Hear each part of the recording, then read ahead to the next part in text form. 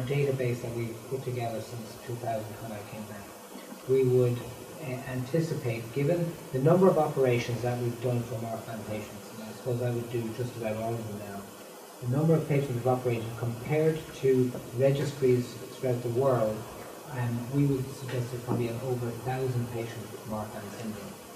Now, in one sense that doesn't sound like a huge number, but compared to things like muscular dystrophy and so on, that's a big number. And we don't believe we're recognizing all patients. So, by other calculations, there could be over 5,000 patients with Marfan. That is an enormous number. And the reason that's so important is that these are young, the young population, and they're having their own kids. And so you can see how important this research is to be able to help us identify and help these patients live their lives, and to be able to accommodate the fact that some of their children will be affected, and to help them lead a normal life with this condition. The actual true incidence, again, is not easy to say, because as John was pointing out, you can inherit this, or you can just develop this, if you want, the misspelling of the genetic code. It can just happen. We call it a kind of a wild type of Marfan syndrome, wild in the sense that the genetic defect just developed de novo. And so these things can make it difficult for us to say the exact incidence of Marfan syndrome, but while not being that common, it's something that we can do a huge amount for, and so it's so important to recognize.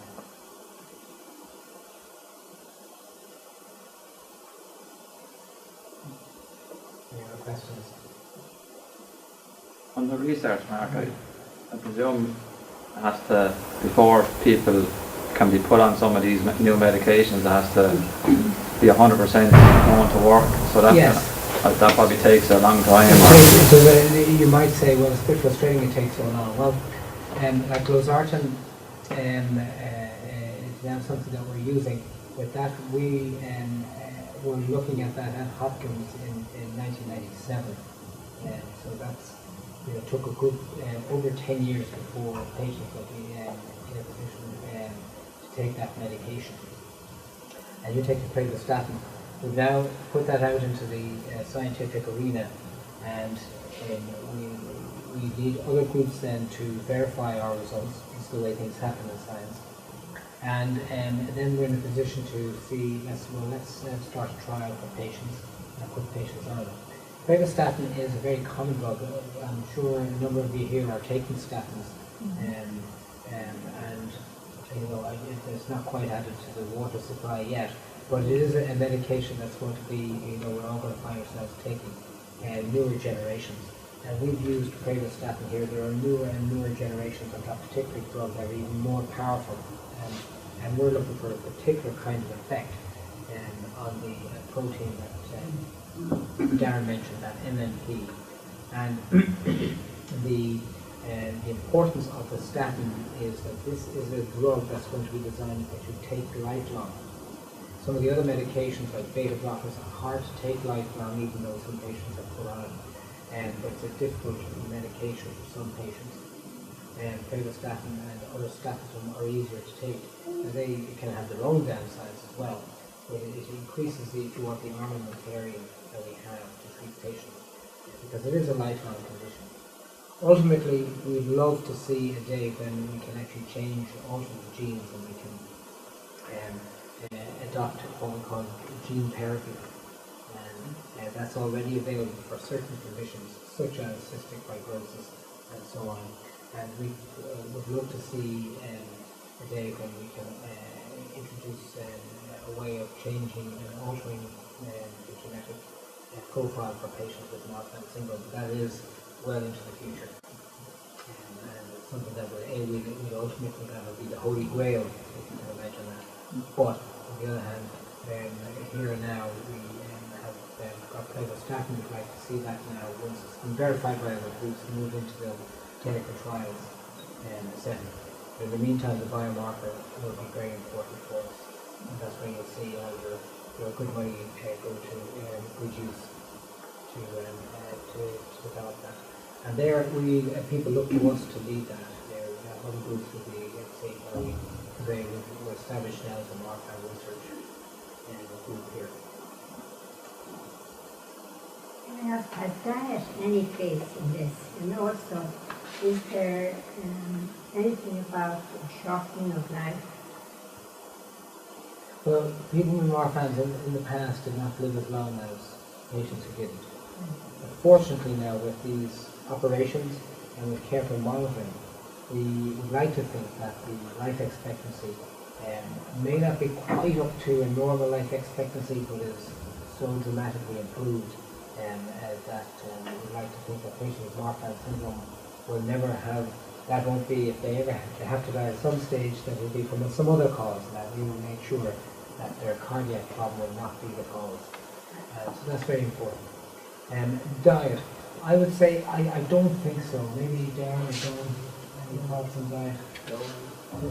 Might something we've come across, that kind of not very effective. We don't always advise our patients to have, not to smoke and have a good healthy diet and moderate exercise. Yeah. I suppose if you have Marfan, we could relate it in two ways. Maybe if you have Marfan syndrome, you'd be better off having good control of your blood pressure. That's for sure. So if that were the case, then a good healthy diet is associated with lower blood pressure, less salt in the diet, as you say, and perhaps avoiding some of the high cholesterol food would be no harm. So in an indirect way, diet could be very useful, but that could apply to all of us. We all learn that.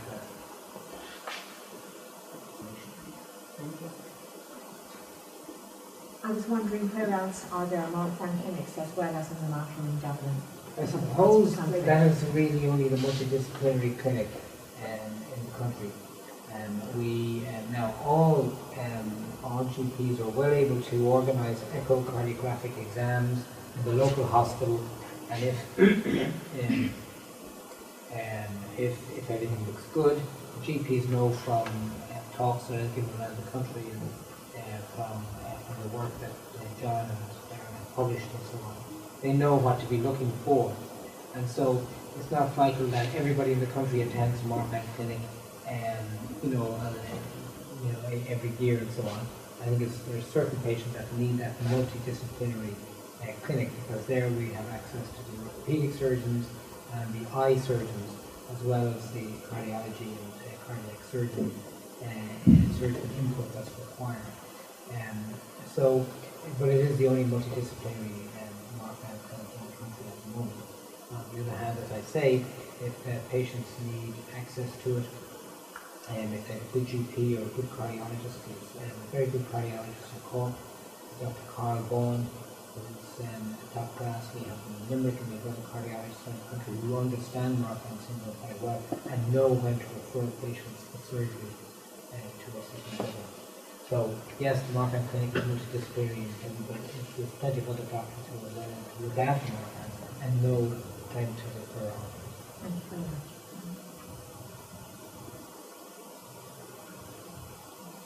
It's Friday night, I know you're tough. I'm sure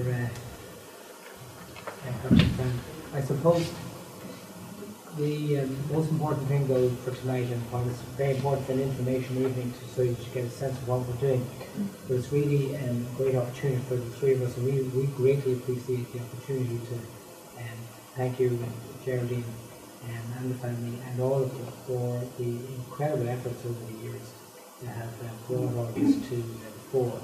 And it'd be no harm to look at that paper in circulation that we mentioned, the Marfans Research Foundation, so the name is up in highlights and it's being spread around. And it's come a long way, I think, from those days back in the early part of the last decade now at this stage.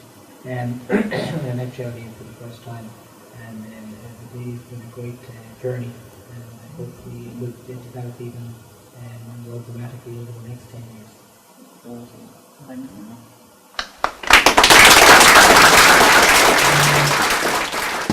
Just want to say thanks to Mark, Darren and John for coming, and John McGuinness is part of the team at the lads, but he's on call tonight so he wasn't able to make it, so we really appreciate lads coming down. At least they're letting everyone know what's going on in the background. You can see there's loads of work going on and still plenty to be done. So we have a table quiz on the 29th of November in the Showboat in Waterford, so if you're around that night, feel free to drop in. I'd just like to thank our local GP, Dr. Enright, as well for coming tonight. So we are going to have tea across the corridor in the hall, so welcome to come over and join us. Thanks very much.